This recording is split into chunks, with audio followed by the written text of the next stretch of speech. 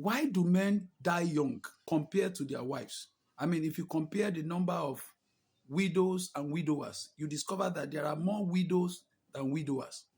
Somebody actually said that, well, maybe because men are usually older than their wives.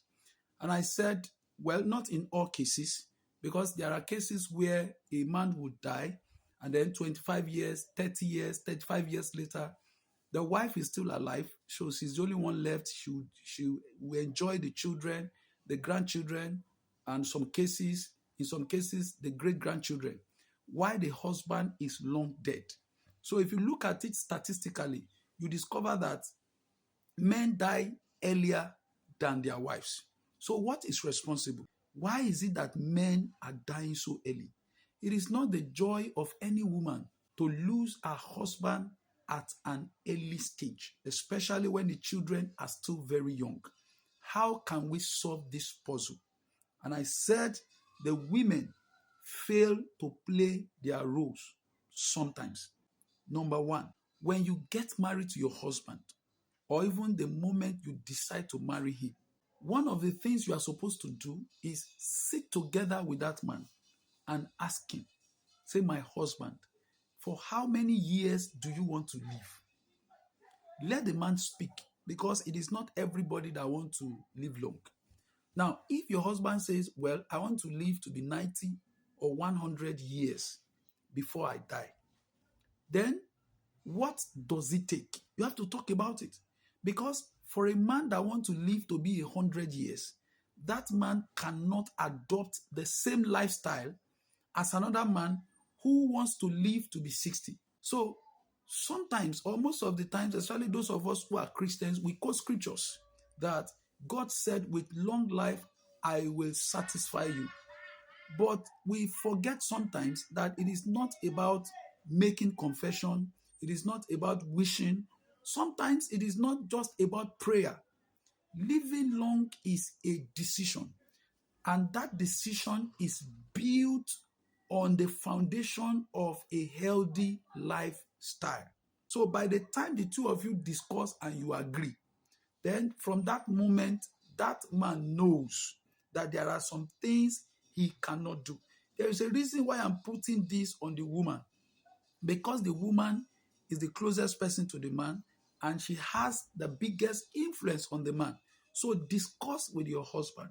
So when the man agrees or tells you a specific number, then you have to work around it. If you are going to live for these years, what are the things you can do? What are the things you cannot do? That's number one. Number two is, as a woman, you have to know the kind of food that your husband should eat. Let me tell you, one of the biggest killers of men or humans generally is the food that we eat. Most of us don't eat healthy.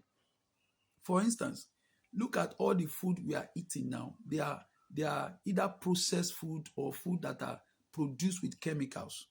The banana, the plantain, the yam, the rice, everything is, in fact, the tomatoes and the pepper, everything is processed or is produced through chemicals. And not only that, they still use these chemicals to preserve them. You know, when you buy frozen chicken and turkey, some of them are brought from outside of the country. Dangerous chemicals are used to produce them or to preserve them. And that is what we eat. So everything that we eat is either processed or grown with chemicals. And that is what you cook for that man every single day. And apart from that, the man has the habit of taking carbohydrate, eba, fufu, semo, and all of that. At the end of the day, he begins to have issue of blood sugar, diabetes, and all of that. You know, some men, they cannot eat without drinking juice or soft drink and so on and so forth. So you have to process the kind of food that you eat, that you give your husband. So if your husband continues to eat that food, by the time he's 50, he's 55, his health is already done. And that is why even at that age, some men cannot even perform in bed anymore because of the food they eat. Number two, if you want your husband to live long, give that man peace of mind. When a man is always under pressure from the wife, there is enough trouble outside already. And then the man comes home, you are shouting on him, you are nagging on him. I know that men are stubborn. I'm also a man, and I know how stubborn men can be, especially African men. But you have made a decision that you are not going to become a young widow. You are not going to be the only one at your children's wedding. So you have a commitment, a vow to yourself, to your husband, unto God, that this man is going to live long. So in order to do that, even when that man comes with his own trouble, you say, I am not going to make trouble with you. I want to give you peace of mind at all cost. So even when the man is facing trouble in his place of work, in his business, the first person he calls is you.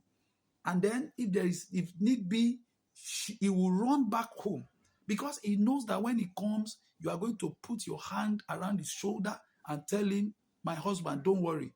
Everything is going to be all right. So when he makes mistakes, he's coming to you. So he doesn't have to develop hypertension or high blood pressure and so on and so forth. So when the children come, there's no money. He says there's no money to pay school fees. You are not putting him under pressure. Say, my husband, I understand, but I know that everything is going to be fine. So give him peace of mind. Number 3, give him sex, enough sex. In one of the live sections I had, some of the men that came said a lot of men are under serious sexual oppression. If you are the kind that oppress your husband with sex, that man will soon die. See, it is not the fault of the man. It's a natural thing. When that thing comes on us men, sometimes we behave like madmen. You just want to get it done. You understand what I mean? So don't use sex as a weapon. As a matter of fact, when your husband comes home depressed, there are 2 things you need to do. Give him good food. And after he has eaten, give him good sex. The man is unable to sleep. The man is stressed and all of that. When you give it to him, his nerves will calm down and he's going to sleep. He's going to fully relax. Number 3, help that man to manage his stress. Help him to manage his health. Men sometimes, even when we are tired, we still want to hustle.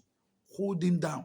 If it is necessary, when the man is supposed to go to the hospital and he says he's not going, force him there. You don't have to fight him. But if there is need for you to call police to carry him to the hospital, let him go, because you want him to live long. If he has to go for tests, let him go for it. If he has medication and he's not taking it, help him to take those medications. You understand what I'm saying? And I pray for you, your husband will live long. He will not die before his time. And I want to say just this one line to men. You are responsible for your health. Your wife can only help you. If you want to live long, take care of your health. Thank you. I'll see you in my next video. Bye.